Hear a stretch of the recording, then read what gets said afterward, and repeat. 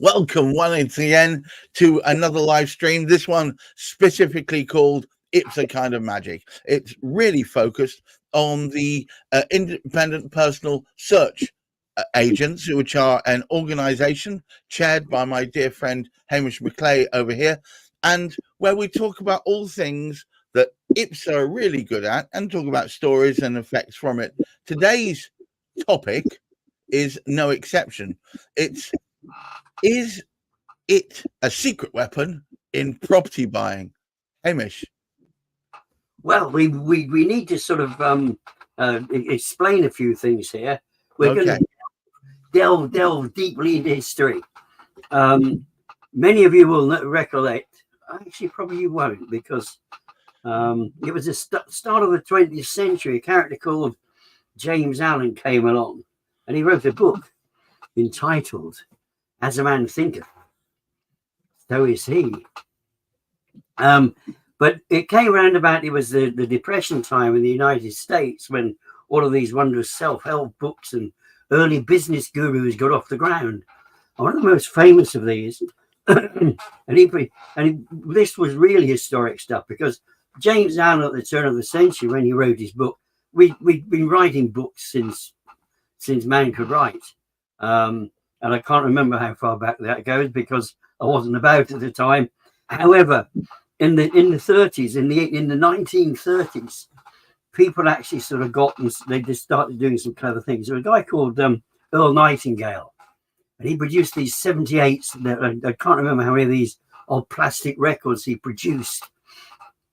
And then this particular famous one was called the Strangest Secret. If you haven't listened to it, you can find it, The Strangest Secret by Earl Nightingale.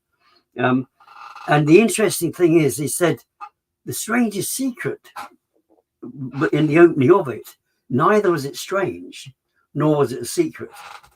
And in effect, this is what I want to say about IPSA itself, our particular association, which actually started off this century. It was the early part of this century. Actually came into being in 2005. And the reason it came into being was sort of quite obvious, but what had happened, there was some pioneering work going on in this country. Started off in the 80s, and people started carrying out personal local authority searches. Now, they were called personal in those days because people went in personally to them. Prior to that time, the only other way you could actually get the information was to ask it of the council, ask the council for information. So personal search agents, as they called them in those days, started visiting councils in the 80s. Now, as it so happens, one of our members did actually start working in the 80s. So he was a pioneer, but also one of our other very highly experienced and probably, in fact, she's the second longest time that she's actually been working, but her father started working in the 80s, right, carrying out local authority searches. So we've got something which has been there historically since, if you like, we're over the 30th year now. Well, can I ask a silly question as a person who is really not experienced in this at all? Why is it called personal searches? Well, it's called personal. In fact, it's interesting that it's called personal, because that word is still rather important. We do actually call them regulated searches. We have a regulatory body now that makes sure that we are producing these searches appropriately. We actually, everything's checked out sort of once a year. Then we have a massive great audit sort of every sort of 3 years. So the Property Codes Compliance Board come in and make sure that that's actually sort of happening. But it's called personal because people would actually go, and we had to do this. This was the only way the information could be obtained. It had improved since the times of Earl Nightingale in the 1930s. However, the only way to obtain this information, because it was all on paper, the only way to obtain the information was to actually go into the local councils to actually gather the information, borrow their paperwork, look through their files, their folders, and actually write down all the details that the solicitor was going to require to actually enable their client to buy the property. So it's called personal because you actually have to go in person and get it done. Absolutely. Right, and I don't think people appreciate this. I think that I'm only saying that because I didn't appreciate it, and I firmly believe if I don't appreciate it, there's going to be plenty of other Joe Schmoes out there that don't appreciate it either. But I think there's a casual assumption that you contact the council and say, I want stack B, stack C, stack D. I want access to this. I dial into that. And it's all done. Whereas actually you've got to do a fair amount of what I'm going to term ferreting. Yes, very, very much so. I mean, even today, even though the task is much, much easier, in that very often we won't necessarily have to drive into. When we go back to it, people like Kieran, who started off in the 80s, people like Val, who started work with her father, she started in the mid-90s, although he'd been doing this pioneering work, they had to do the driving, they had to go the miles. And this is what actually got them together, because it was it was actually before 2005. But this is when Val Bennett got together with Steve Davis, and they started thinking, well, hey, look, if you're driving there and I'm driving there and I'm driving here and you're driving here, why don't we? I tell you what, you go there and do the searches there. I'll go there and I'll send the information that you want to you, and you can send the information you want to me. In fact, it was a great, great trade. It's a lovely, lovely way we'd like it all to go. No, but don't need to do it. I scratch my back. I can do, but it's much, much, much better scratching somebody else's back. Well, I suppose it depends. You get more access to it, certainly. I mean, so there's kind of almost like medieval barter in a way. Absolutely. And the great thing is it's pretty well carried on in much the same sort of way, because those two starting the ball rolling and then gathering a few more. And as we know, a sort of there's something of Rolling Stone gathers more and more. So I guess from it, it's one of those things we also sort of know about. So from a historical perspective, that stone started rolling, and rolling it sort of did, and rolling it gathered, and it brought us to where we are today.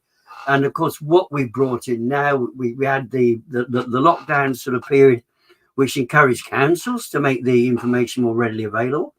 And it also cuts down and we don't have to travel to these councils any longer. However, it's still based on the fact. I mean, I was trying to speak to a council this morning. I didn't have a clue about them. However, one of the members of several members of IPSA, our association, do know this council themselves. But every now and again, somebody will come up and you think, oh, I'll just have a word with them about this. And you find that, oh, well, we don't answer the phone any longer.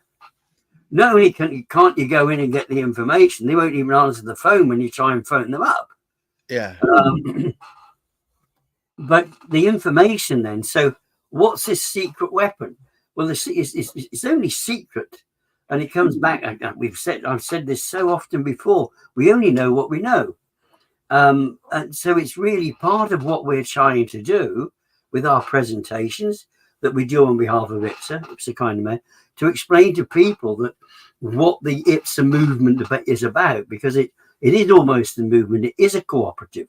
It is the only one of its existence in that we are interchanging with sort of each other. And it's a non-profit making sort of organization.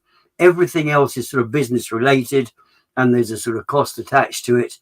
And whereas what we're able to do is to impart that information for each other, sort of fundamentally, which means here we are in Oxfordshire. If I want to actually find out something that goes on in Manchester, I don't need to drive there any longer. I can actually sort of speak to Val, who will join with us in a couple of weeks. And Val has been working in Manchester. She's lived in Manchester nearly all of her life. Who knows best about Manchester? So the whole essence of what you're saying is that because IPSA is a network of talented, experienced individuals who've already developed those relationships going back years, rather than you ferreting around yourself, you can refer to someone who's actually in that locality to get accurate information that is not so much up to date, but historically accurate. Oh, yes, the local ferret. We go to the local ferret. Local ferret. There we go. We ought to perhaps rename it. To any IPSA members who are offended by me referring to you as ferrets, I apologise, but other animals are available. Yes, we can come up with any you like. But it's so right, because what is the point of me trying to figure out something when we have somebody with express knowledge and all is a matter of sort of training? I can cover Oxfordshire on their behalf, and they can, and of course it's developed a little bit sort of further than that, but it is because of the way in which it sort of works and the way in which it sort of operates. It does enable us. So what makes it secret, as I said, it's because people don't know about it. And what we are endeavoring to do through our podcast and through other work that we actually sort of do with information we sort of put online, with information that we work, particularly through LinkedIn, is just to try and educate people as to what the type of work is. Now, there is a preference. Yeah. Not everybody is adaptable. Not everybody would prefer that sort of personal intervention, that personal knowledge, that local knowledge. They have other ways of doing things, of course. It's interesting though, because I think it's the fact that you all join together as one cooperative, that you are supporting each other in this way, which makes IPSA unique in my book. Other organizations, you get whoever's nearest to you at the time. You could deal with a different person each time. If you go to your local factory conveyancing sort of organs, such as an estate agent who has on their books a certain number of people, they will just, you could be dealing with anyone. But with IPSA, you're dealing with whoever is the most specialized in that area. And I think that makes it, in some ways, old and new. It's an old form of personal service, and it's new because you're plugging into a network. So, you know, someone could approach an organizer, a solicitor, a lawyer, or anyone could approach IPSA and say, I need a search done in this area. And IPSA will come back via you or whoever, Heather or whatever, and say the most appropriate person that you deal with is there. And they've got 30 years experience. So they're going to be able to ferret out that answer for you. Absolutely. And I think what helps as well, because what we have, we've improved the data sort of handling these days, and people are saying, oh, you got to use IT, that's the way forward, that's the way you achieve it. It will in fact contain certain elements. But what we have actually found, and the experienced people will actually find, is that many councils now, because of the way they're operating, they are not as experienced as the majority of people who work in IPSA, to be perfectly honest, because IPSA members do have that long-term experience.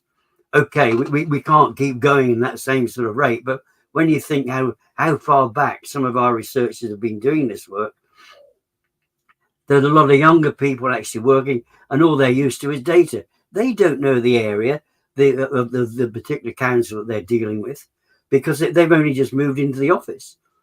And what we've got is those experiences. They've been working for 25 years, so they know much more than the person in the office does as to something about the particular property. And there are interesting things as well, because data can handle so much. It's what the data, we don't know what we don't know, which is why, hey, get somebody local, because they know a lot more about what's going on locally.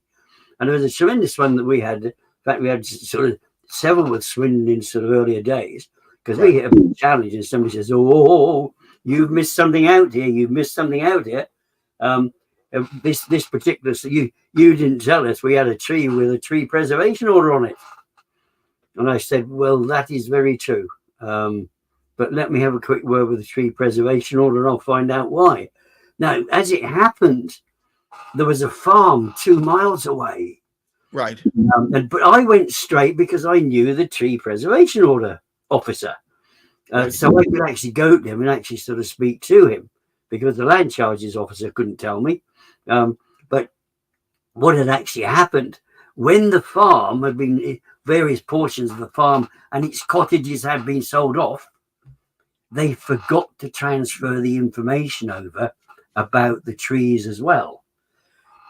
Did I know about it? Well, I didn't know enough about the locality of it, but what I did know enough about was to actually go to somebody who could find out, because the person who was buying the property said, hey, hang on, we've got this big tree and it looks as though overhanging the highway. Does it have a tree preservation order? And as I said, they actually came down and they said, oh, and Swindon had to turn around and say, our fault. We didn't get it right. That should have been contained within that. And so it was nothing to do with me, because it wouldn't matter who had asked the question. And certainly the person in the office at Swindon didn't have a clue either, because otherwise anyway. But it's that local knowledge. So, and what we've all got some lovely stories. We'll do that another time and tell the story. That would be good, actually, to tell a few of these stories, especially where it looked one way, and by the end of it, through knowing who to speak to and how to speak to them, you achieved a slightly different end result.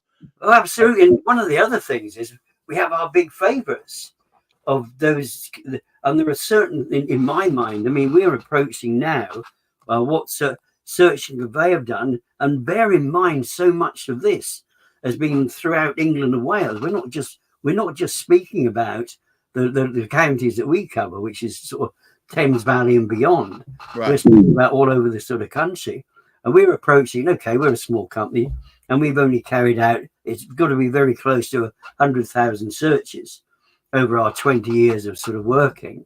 But there are some standout experiences you have.